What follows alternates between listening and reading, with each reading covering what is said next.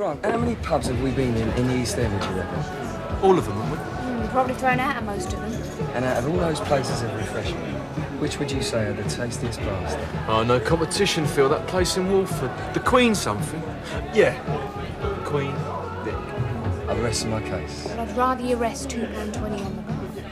So Phil and Grant are archetypal East End brothers. They were obviously originally based on the Cray brothers, so nothing will come between them, you know. The only person that comes between them is their mum, and they're told to do what their mum does in that true East End tradition. And Grant falls for Sharon. He works behind the bar. He does have issues. No one's going to deny that, but so do a lot of people that exist in Albert Square. Grant goes to prison. There's a relationship forms between his brother and his wife. You're a lovely bloke, Phil. Anyone ever tell you that? Yeah, all the time. No, I mean it. You're really sweet. Thanks.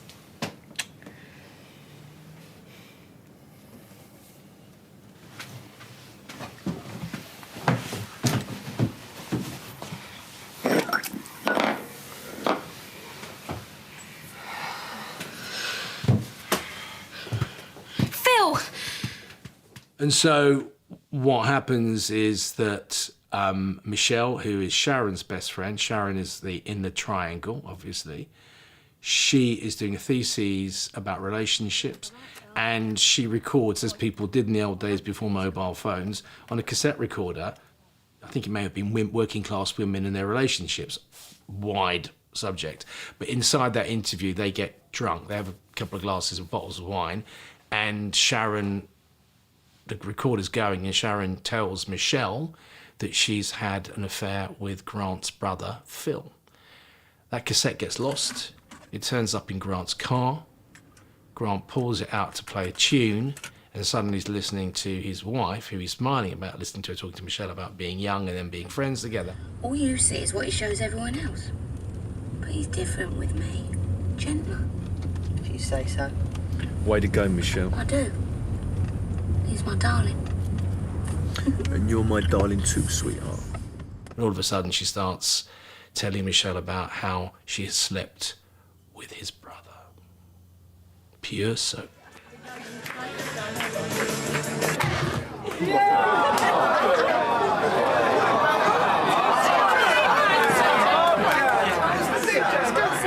What about Phil? About him. You slept with him, remember? Phil was different. Why? He just was. Oh, I didn't know that the first time. In 1 minute I was looking at him, in the next, ripping each other's clothes off. And after? Well, it was like Phil was a nice side of Grant, without the other stuff. I think that's why I fell in love with him. I didn't need tear stick to get into that state, because the emotions and the people that you're working with, you're close with them, and you get rhythms. You start working with a new actor on a job, you take time to feel how you pass the ball to each other. Whereas Steve and I, it was just natural. And it felt like two brothers. And many people today still think we are brothers. I had screen tested for a part in The Bill. I tried to drive a vehicle off with a cameraman still in the back attached to the leads to a scanner. So that went against me, and I realised it wasn't going too well. And the next day I had to put handcuffs on someone. So I was practising, and as I was absent-mindedly snapping the cuffs on, I actually cuffed my wrist. And when I went to the props guys to get the key, they wouldn't give it to me because I tried to kill a cameraman the day before. So I had to do the whole scene with my hand behind my back, a bit like Napoleon. Funnily enough, didn't get the part, but they thought of me for the part of Grant. So I think there was like hundreds of us to start with, but I got down to the last date. We screen tested on set at EastEnders. There were 4 Grants, 4 Phils. I didn't actually screen test with Steve. Next day I got the phone call, and within a week I was on set.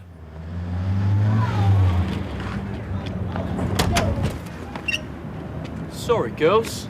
Didn't mean to scare you. See you down in Mecca next Monday. By the second year, I think they'd given us a year with a year option, and you could, obviously, there was 52 weeks a year, so 84 shows a year, and I think I was in 90. So it kicked, and within a year, Steve and I had suddenly just taken off inside the show, and that was that.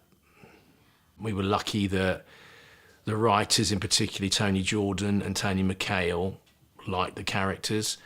You know, Steve and I were not long out of drama school. We looked very similar. We both were classically trained actors who were very, maybe overly interested in the method, where a lot of actors have got used to doing it in a very kind of easier way. We went, you know, if we were doing a scene in the Vic, when you walk in the doors, and we knew that about 2 weeks before, when you shoot the outside stuff out of continuity, that we were chasing down the road after someone. We wouldn't walk in like we just had a cup of tea. We'd do press-ups outside and we'd jog on the spot, so we came in hot and sweaty. And I think that, you know, I understand when people are in a long-running show, those things don't necessarily are important unless the director tells you to do it, but we were already on it. And I think we took it maybe too seriously in places, but I think that also paid off. You know, the Mitchell brothers have stood the test of time. Look, whatever I said, it was taken out of context. You know what the police are like. They'll take things any way they want. I bet you love putting a finger on Frank, didn't you? Look, all I said was he's a bit skint right now. It's hardly a criminal What are offence. you, brain dead, eh? If you kept your big mouth shut, Frank would be in the clear right now, wouldn't he? Instead of having the filth crawling all over him. Do you know, I never knew you two were so committed to the brotherhood of man. It's Feel hard. like it works for yourself! Grant! Leave it! This doesn't concern you. I'm not having this in the Vic. Do you hear me? I'm not having it. Like I said, it doesn't concern you. You better have a damn good explanation. Letitia Dean has always been a powerhouse. I think of all the people that have been in that show, you've got to look to Tish and Steve for still carrying a lot of the heavy storylines. Call them heavy lifters, that's their nickname. And I would say Gilly, Talforth and Adam Woodyatt. Over the years, and Gillian and Adam being originals, and Tish being an original, of course, and Steve and I joined like 5 years into the show's journey. So I think, you know, Tish, for me, out of all of them, even all four of them, dare I say it, has probably had the biggest storylines over 40 years of EastEnders, and still does so, and still pulls it off. God knows how, but she does. I better go and find Grant. No, I can't leave him on his own, not after all this, can I? no, I know what he's like. He'll be walking around brooding on it, churning it over, then he'll go into one. Oh, look, she's worried about you. He'll kill him, and me too, probably. Couldn't happen to two nicer people. He won't come back here, will he? Someone described him as having toxic masculinity. I don't think anyone knew what toxic masculinity was. And for me, you know, Grant's a veteran. Grant served in the army. He was in the Falklands when he was very, very young. And I researched, you know, PTSD, you know, when people weren't even talking about it. And having been out to Afghanistan on a regular basis, you know, I've seen PTSD and I know what effect it can have on people in so many different ways. And PTSD is one word for numerous, you know, mental health issues. So, you know, I've never seen Grant as anything but someone who has many issues. As many people in EastEnders have many issues, because issues create drama, and it is a big drama. No one goes into the cafe and just orders a cheese sandwich. They order a cheese sandwich. And if you think you're doing that, that's why I take my hat off, if I have one, to all the people that have been in the show for a very long time, because it's an emotional drain. No, you're not. You know, you're not working in casualty, and you know you're not a police officer, and you're not dealing with life and death situations. But you're expected to act what it's like to be in a life and death situation on a regular basis.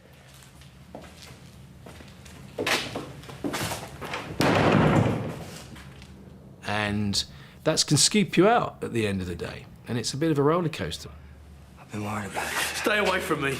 You come anywhere near me and I swear to God I'll kill you.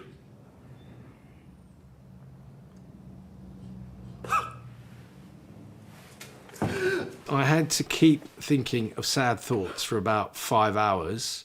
It was freezing, and I refused to wear any kind of, like, you know, undergarment because I wanted to feel like I was there in the moment. So I was pretty cold. I was trying to think of very sad thoughts to make my eyes continue to stream and my nose continued to snort, and it carried on snorting. I don't know why it did, but it did. Maybe because it was so cold. Move out of my way. No. But you can't go, not like this. I mean, give it time, you're hurting now. Hurting? I can feel every stroke. You may as well have had a knife in your hand. Some of the lines, I can feel every stroke, you may as well have a knife in your hand. 7:30, Watershed, not many people get away with saying things like that. And I think, Grant could in that situation. And I think audiences wanted him to say something, wanted to feel that pain that he was feeling. And, testament to Steve's acting ability to be able to play off that. Hit me. Come on, that's what I want. I deserve it. Come on. I want it over with and out of the way. Move. No. Come on. Come on. Think about what I did, eh? Come on, I want it out of the way. Steve and I could both look after ourselves to a certain extent, and we wanted it to be as real as possible. So it was pretty real. I mean, apart from, him landing in the pit, I shoved him into those paint cans as hard as I possibly could, and he pushed me backwards as hard as he could. And that's why it looks real. Do you know why? Because it was real. But we were both, in those days, particularly rough and tough enough to be able to look after ourselves. Come on, over with!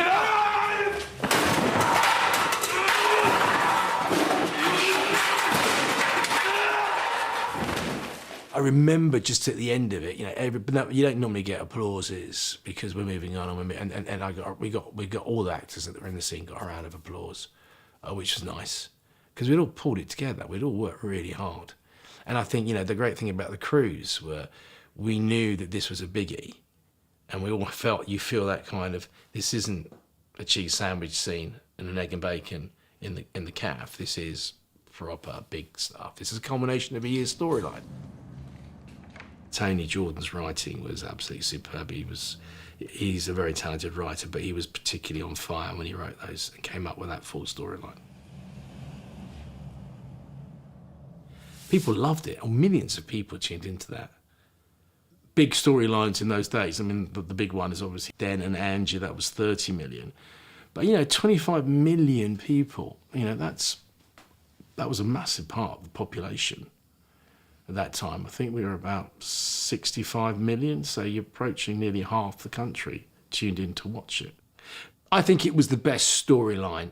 I had some very good storylines with Steve, but I spoke to Tish, and I think she believes that was the biggest storyline. The one that she's most proud of. I have to say, in terms of the numbers as well, the people that tuned in, and it was a slow burner.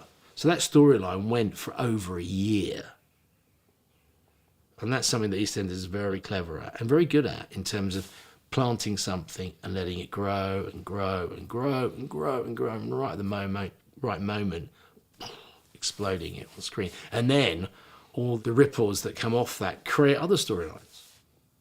My first feelings about watching it, and I haven't watched it obviously in 25 years, something like that, is to think, do you know what, that was quite good. And all the actors were good, and the quality of the shooting, it doesn't look that dated. Goes to show, just what an achievement everybody attached to that show managed to pull off. Because you look at other programs out there today being made, I would suggest that the quality on that show is probably higher than some of the stuff, a lot of the stuff that you're seeing on other channels.